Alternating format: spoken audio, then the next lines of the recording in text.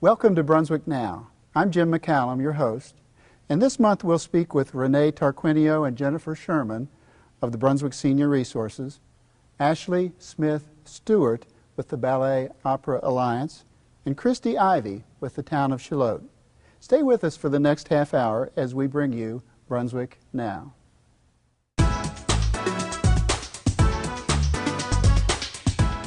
Welcome to Brunswick Now, ATMC TV, Channel 3, bringing you the best of Brunswick. Let's first welcome Renee Tarquinio and Jennifer Sherman. Renee, let's start with you. Can you tell us a little bit about Brunswick Senior Resources and the wide variety of programs that you offer? Sure, Jim, I'd be happy to. Brunswick Senior Resources is a not-for-profit agency in Brunswick County.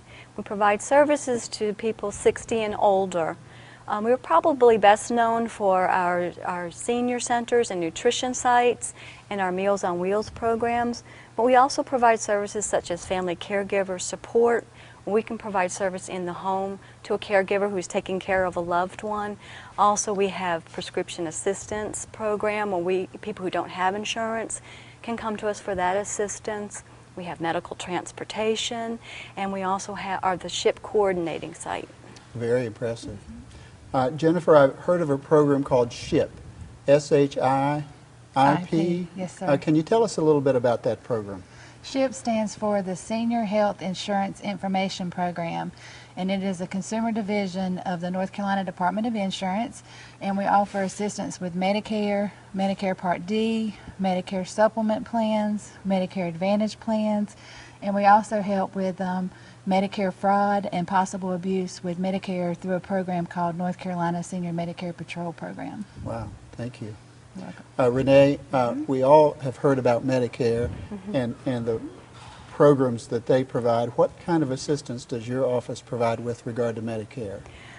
We can provide assistance in actually understanding Medicare. It's a very complex program. We have started just recently providing Intro to Medicare courses for people just turning 65, teaching them, all the different options that might be available to them. We take we're like their advocate. We take an objective approach to let them know what's available. We also provide one-on-one assistance, either with choosing a drug plan, choosing a supplement plan to their Medicare, choosing Medicare Advantage, just basically letting them know what their options are. Thank you. Jennifer, we know that there are changes every year. Yes. And that 2012 will bring us additional changes. Can you tell us about those changes in the Affordable Health Care Act? Yes. Thank you. This year, Medicare open enrollment starts October the 15th through December 7th. Last year, it ended December the 31st, so we're really promoting that and getting the word out that is ending earlier this year. Also, this year, we have 30 Medicare Part D plans offering coverage for prescription insurance, and the premiums range anywhere from $15.10 to $113 a premium a month. And then this year they're going to offer 50% off of brand medications during the donut hole or coverage gap, and 14% off of generics during the gap. Thank you. And we'll get back to the donut Yes. hole here in a few minutes. I do have a question of that type. Renee, can you tell us about, we've all heard these terms, and hearing from you would help us a great deal. What is the Medicare Advantage plan? Medicare Advantage plans are also called medical health plans with Medicare, and what that is, that provides an option to basic Medicare. It provides both medical and prescription coverage. Usually it will have maybe a lower premium, and that's why some people will choose that, but it also has co-payments that are involved, and you have to consider things like going in-network or out-of-network to your doctor or to the hospital. So it's, we do have two companies that provide Medicare Advantage plans in Brunswick County. So we, if somebody's interested in that, we're more than happy to tell them what those options are. It's complex, and we're so glad that you're here to provide those services. Jennifer, I'll jump back to you on the issue that we were about to discuss, and that is what we call the donut hole, or the coverage gap. Tell us what that is. Whenever the total cost of the prescriptions that the Medicare beneficiary pays and the insurance company, when it reaches $2,930, they go in a coverage gap where they're left paying 100% of their medications, and when they pay out of pocket $4,700 is when they come out of that gap, when the insurance company will pay 95% of the cost and the consumer will pay 5% of the cost. Thank you. Now, you initially answered this question in a more broad fashion, but are there other services that your office provides? Yeah, in addition to the ones that I listed, we also have a program where we can provide ramps for people who are in need. Let's now welcome Ashley Smith-Stewart with the Ballet Opera Alliance. Ashley, welcome to the program. Thank you, Jim. Would you tell us a little bit about the Ballet Opera Alliance, what your mission is, what your goals are? We're a nonprofit organization founded here in Brunswick County.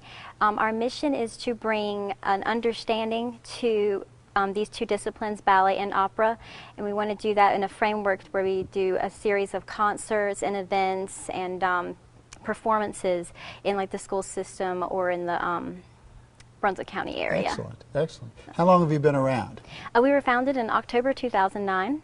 Okay, and surely there are some previous performances that you'd like to tell us about. Oh yes, our first performances were last year around Christmas time. We did La Patinière, which is a ballet called the Ice Skater that originated in France, and then also we did a little ballet operetta called A Mall and the Night Visitors, which this county is very familiar with because we had several years of that with a different production company. And what that did is that brought a series of opera singers and ballet dancers from the area together. Your presentation this fall is Tchaikovsky's Nutcracker. Can you tell us a little bit about the presentation? Well, we chose to do this production because Tchaikovsky actually did not appreciate his work at all and was not thrilled about this because it was not child-friendly.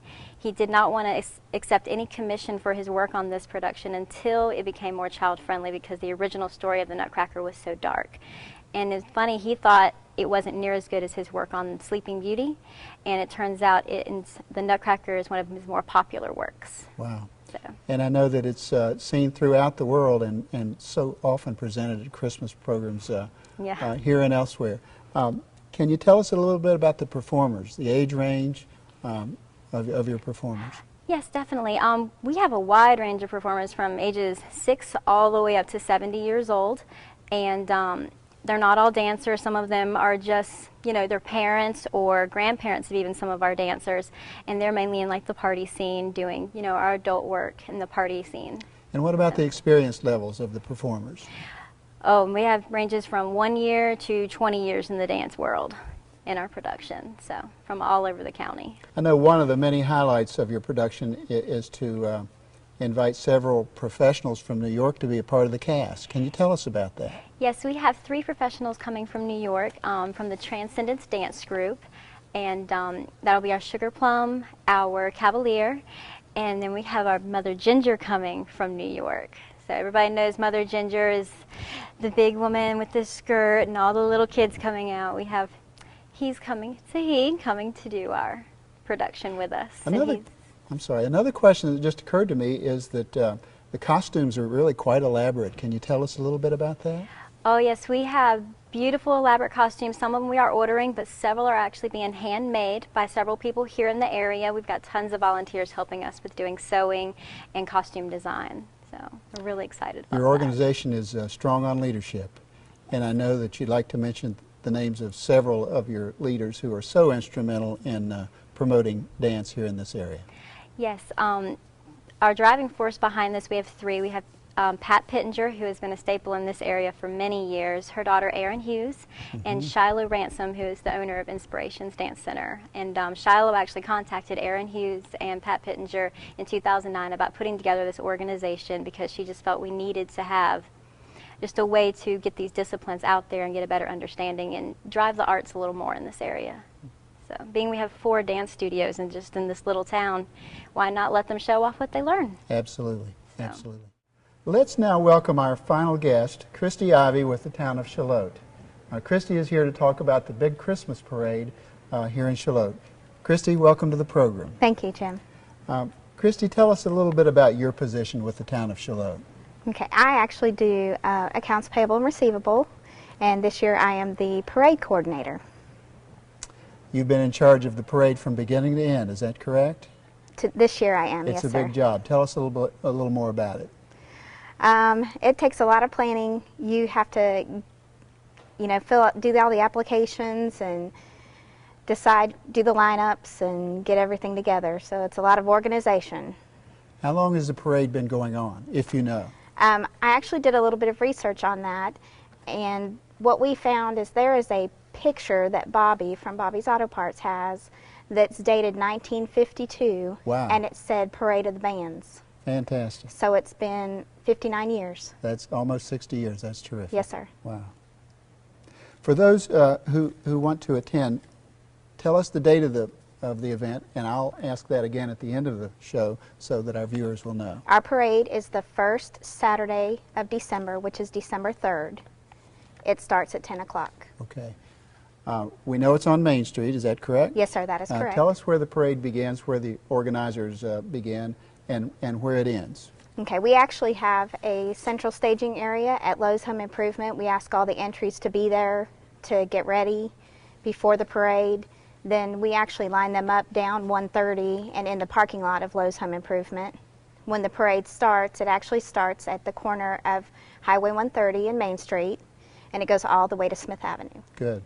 I know from having personally attended the parade on several occasions that there are road closings necessitated for the parade. Tell us more about that, if you would. We actually have to close the roads to get everybody together and in line and out of the way. We start at 8:30. Where Hills and Lowe's Home Improvement is located, we close those up at 8:30. We leave the other end of Main Street open for a period of time to allow participants and, you know, viewers to get to the other end of town so they can get in place. And then we proceed to close those roads up about 9 or 9:30. Again, I know personally that the crowds are sometimes 4, 5, or 6, or 8 deep. Yes, sir. Do you have any guesstimate as to how many thousands attend? I don't know that we've actually had a count, but I've been in the parade, and there, I would say 2,000 or 3,000 people, it seems like. In your opinion, what's the best place in which to view the parade, if there is a best place? I think anywhere along the parade route is a good place to watch. Yeah. You know, it goes all the way down Main Street, so wherever anybody would put themselves, I think it would be a great spot because they're going to see the whole parade. One thing that we should touch upon is to talk about the impact of the parade on the businesses in Shallotte. Could you speak to that very briefly? They do have to close for a few hours while the parade's going on, but it normally lasts about an hour and a half.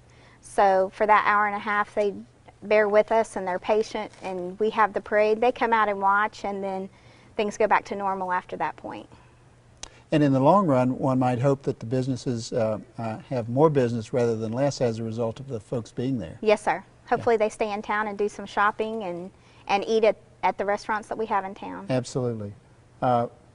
We know, or at least we think, that Santa Claus will be there with us. Is that correct? Yes, he will be. Of course, that's what all the children come to the Christmas parade to look forward to, because they get to see Santa Claus. Absolutely. Absolutely. I know that ATMC has taped the parade in recent years. Is that correct? Yes, sir, that is correct. They did it last year. And will they be taping this year? Yes, they will. And it will air the whole month of December on their channel. Good. Okay. Who can enter the parade? And what are the different types of entries that you have in your parade? Okay. Anybody's welcome. We ask that anybody come. Our commercial entries are $100, and our nonprofit individuals, schools, churches, we charge $5 for an entry. Okay. I've been told that this is the first year that you'll have entries that will be judged. Is that correct? Yes, sir. And if so, can you tell us more about that? Yes, sir. We're actually going to judge the floats and the participants this year and just try to mix things up a little bit. We've got a couple of judges that are going to watch as the participants go along, and we're going to give awards in 5 different categories. We're going to do Best Commercial, Best Nonprofit, we're going to do Most Energetic, we're going to do Best of Parade,